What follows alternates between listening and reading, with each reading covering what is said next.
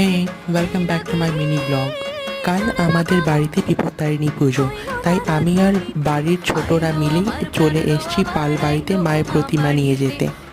এটা আমাদের বাড়ির প্রতিমা। কাকুরা খুব সাবধানে গাড়িতে তুলে দিচ্ছে। মাকে সাথে করে বাড়ি নিয়ে যাচ্ছি। আমার যে কি ভালো লাগছে বলে বোঝাতে পারবো না।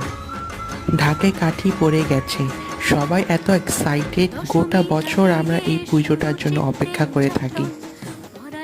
চলো এবার মাকে নিয়ে বাড়ি ফেরা যাক।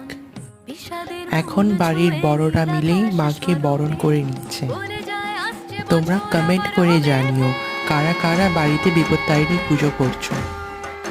আর পুজোর পুরো ব্লগটা দেখতে অবশ্যই চ্যানেলটাকে সাবস্ক্রাইব করে দিও। আর এইদিকে বৃষ্টির জন্যে পুজোর প্যান্ডেলের কাজ কমপ্লিট হয়নি, সবাই রাত জেগে কাজ করছে। আশা করছি কাল